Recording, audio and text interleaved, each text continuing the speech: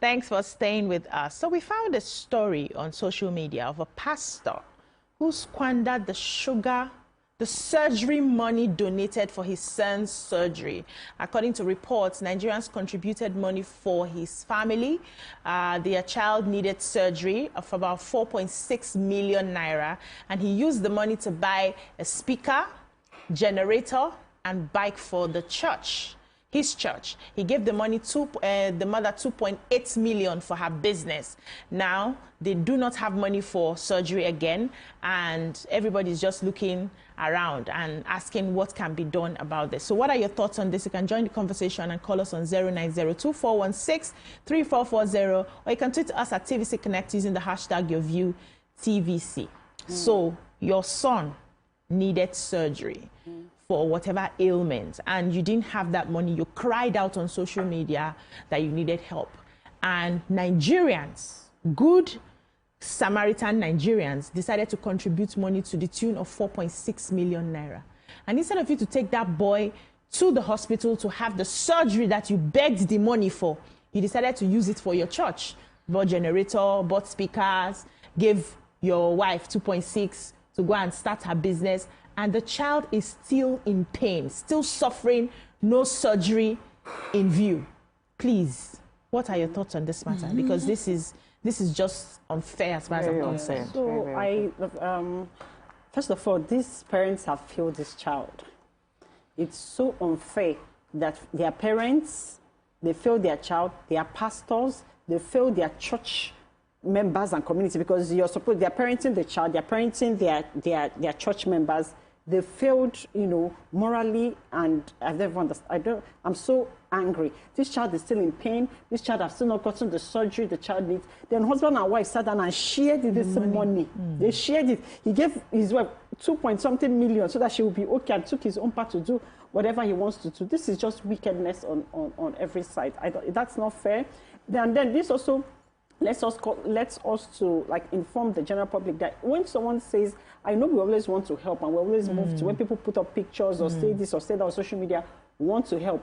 Let's also do our own research. Where is the hospital? When is surgery supposed to take place? How much is the surgery? Let's pay directly to the hospital, because you also owe a duty of care. Even though it's your money and you're allowed to spend anyhow you want to spend it, but you also owe a duty of care to that child to make sure that the surgery that the child needs, that the child gets, and then follow up. It's not just sometimes you just throw money at everything. Problems, at problems, you know. And then I think that social welfare should come in, because this child needs to be taken away from these parents, that for the fact that they gave birth to this child, they are not fit as parents, because this is just wickedness. Let me give the stage to another person. Okay, so yeah, so when I heard the story, I was a bit, I was really devastated, because I'm just wondering how the mother and the father sat down to, you know, have a conversation. Okay, my child should continue going through this pain while we use the money for, you know, things that I'll call them worldly things than what their child is going through. And the mother sat down there and also supported this. She has forgotten her 9 months. She has forgotten how she nurtured that child till, you know, where he is right now. She has forgotten all of that. Where the mother is supposed to fight for the child, I'm surprised that she is taking part in this kind of a thing. That's number one. Number two now, the truth is that a lot of people come online to solicit for things like this. And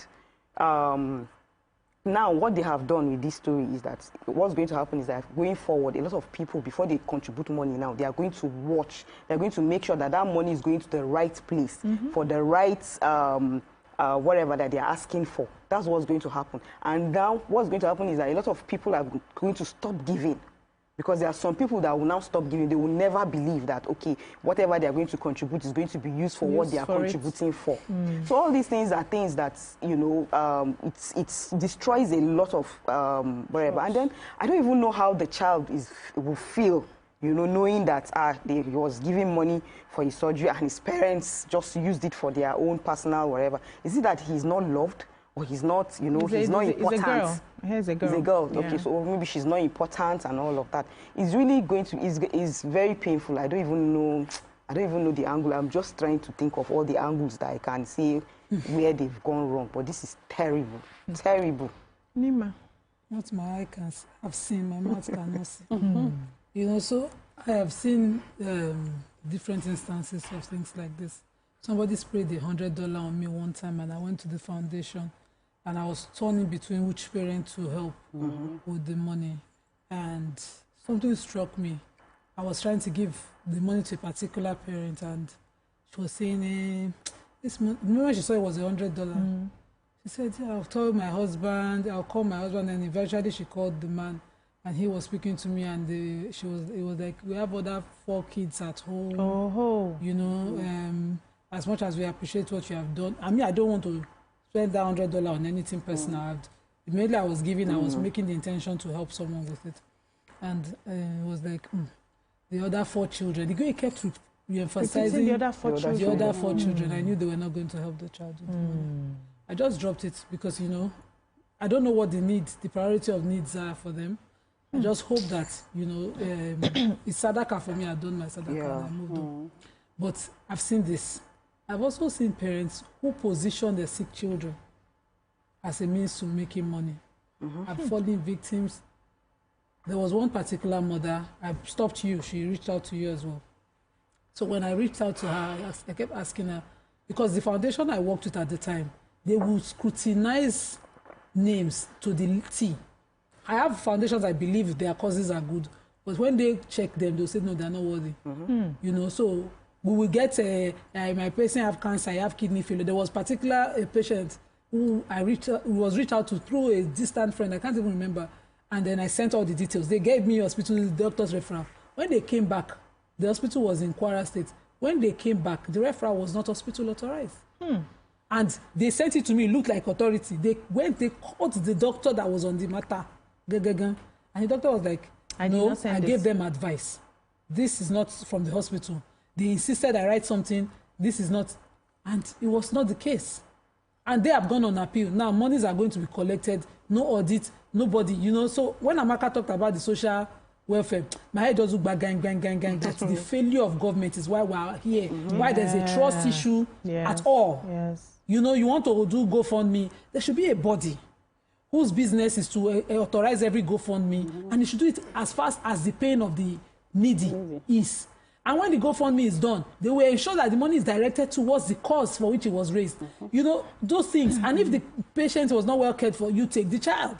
You ensure that the money is used for the well-being of it. If the child still dies, which was the case of that father that said, we will not spend money on the one that might die. Even if the child dies, the money for which that was raised for that child must be spent on that child. So you see families, they'll be torn apart. Okay, now we have one that is going, I have another one that is likely to survive. Let me tell you a life story. My eldest sister, when she was born, she had this swollen head issue. My dad, till he died, was particular about her being flogged, touched, and anything. My parents thought she was going to die. I was born. Were raised together. She aced her entire school results till she graduated with a distinction from school. That particular sick child that would have died is my immediate elder sister. She did not die. Yes, so. She no books, so now only books she know. She had no social life till when we got to university. She picked up social life from my playful nature. She's such a playful person now, but that wasn't her as a child. So that you giving up on a child does not mean that's the destiny of that child really. It doesn't mean the destiny of that child. I have a best friend. He's in the UK now. When he was born, in fact, I will tell you his native name behind the scene. The parents thought this one don't die. So they, even reach 7 months, they don't get belly follow him. He's so well to do today. He's carrying a lot of burdens within his home. So you have given up on a child. It's your faith that is not strong enough. You never know what God miracle they wait for. And I see parents torn between this and all of that. But you see this case of speaker and phone. This one is not talking about the children that survive. I'm telling you, this one don't use this one a business. Hospital money do business. Yes. Don't invest in his business. Yes. You don't buy mega speaker. In fact, you don't sacrifice this child for your future. Yes, which was the case of that woman I blocked. Hey. You know that woman will say, I had the skill, everything. I raised the money. It was my personal fund. And then I gave her that. You say you have this skill. If you have these machines and these machines, you'll be able to provide for your child, because begging is not a good place. The Prophet _sallam says the hand that gives is always above the hand that receives. So you will always be below. So how about empowerment as the way out of this? Do you know that since I have known her till today, she's still using that child? Okay, so since they have even contributed money for that purpose, they should have used that money for that purpose. I've seen families who have made those kind of decisions, actually, because, of course, when you look at it, you see that the decision is quite reasonable. Like, I know of a family, the child had cancer and is leukemia, and there was no chances for them to, you know, there's no chance of him surviving and all of that. They have spent so much money. Of course, money were contributed for that particular thing. And then at some point, the doctors told them that, look, there's nothing they can do and everything. So they looked at it that if they continue spending money, at the end of the day, the child is not going to survive it because they're saying something like bone marrow transplants. Okay. And of course, that's very, very expensive. And they have the resources, actually, but they were like, they know that at the end of the day, even the bone marrow transplant is not even They have successful. the resources, but they're afraid the child will not survive. He will not even survive it. So they don't want to use the resources for their child. Because it's not successful most times. They said the bone marrow transplant, the success rate. Even if there's but there's a chance of success. 0.01 chance. Yes, of success. Some people you don't want to use the money. They don't want to use it. So they'll just factor in, like, okay, we have so amount, we have 3-4 kids. If one goes, we still have other people to. But that's the way Africans let's just sick babies. So there's nothing new there. If you had a sick baby, you were advised to give birth immediately so that you don't lose the child and grieve over to you can't have kids. Yeah. So it was the way they dealt with it. But most parents didn't give up. It didn't mean they didn't take care of the sick one. What you are hearing now is what I've seen in only Indians where they say, return them to God. They even bury them alive. We will nurture.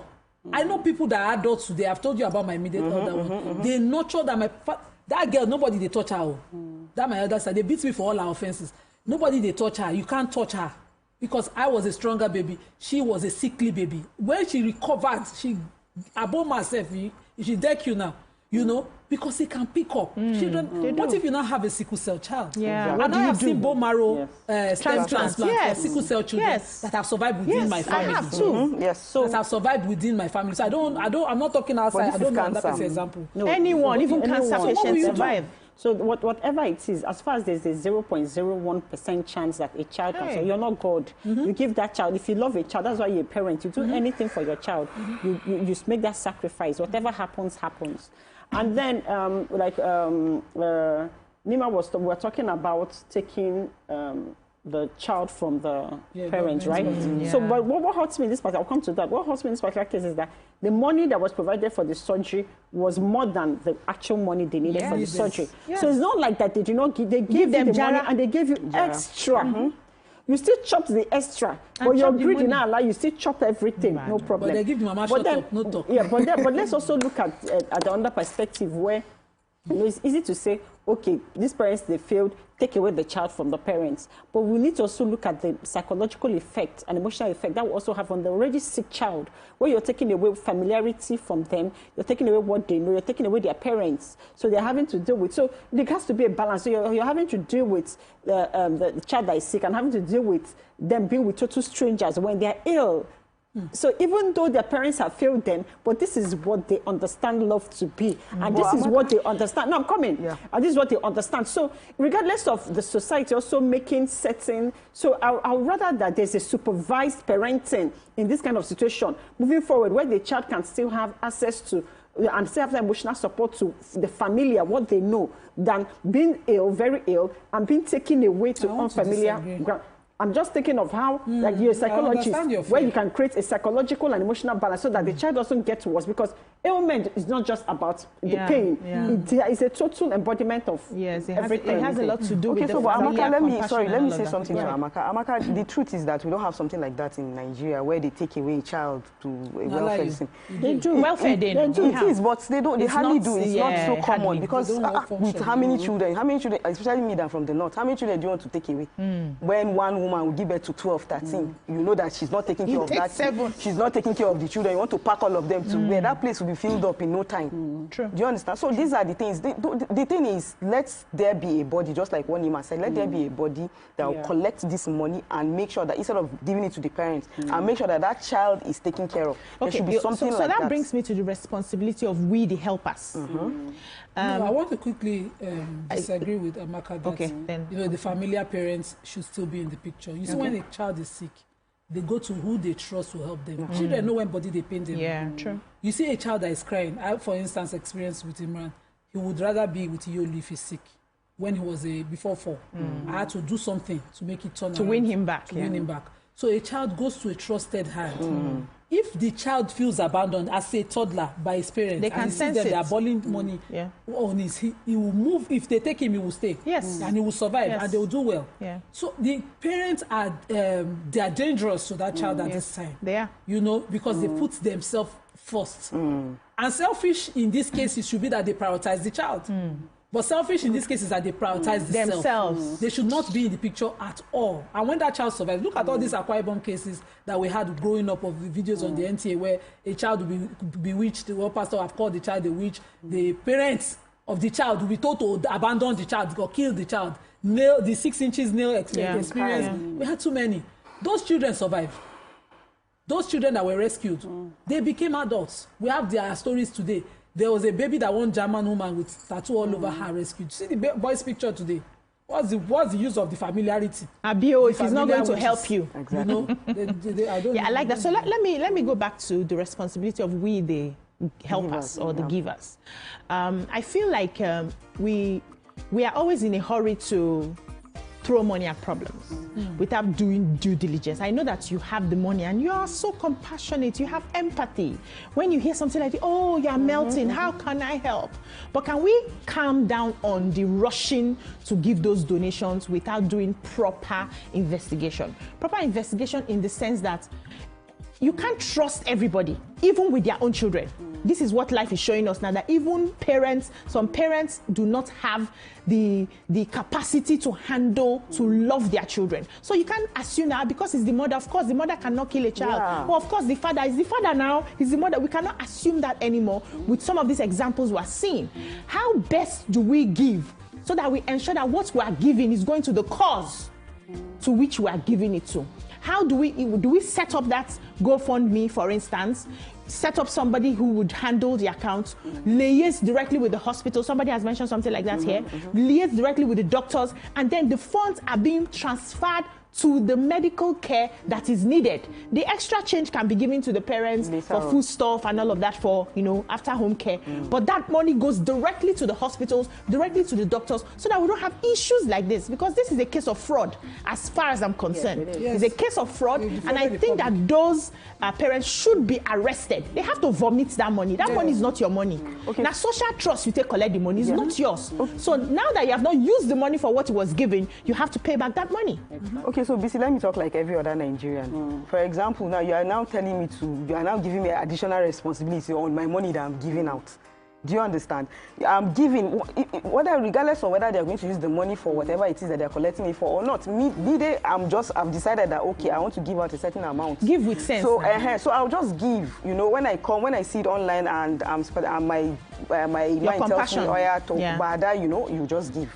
That's what happens. No, but we need to take responsibility for that giving. So we'll go on a short break. When we come back, we'll dissect this matter more. Stay with us.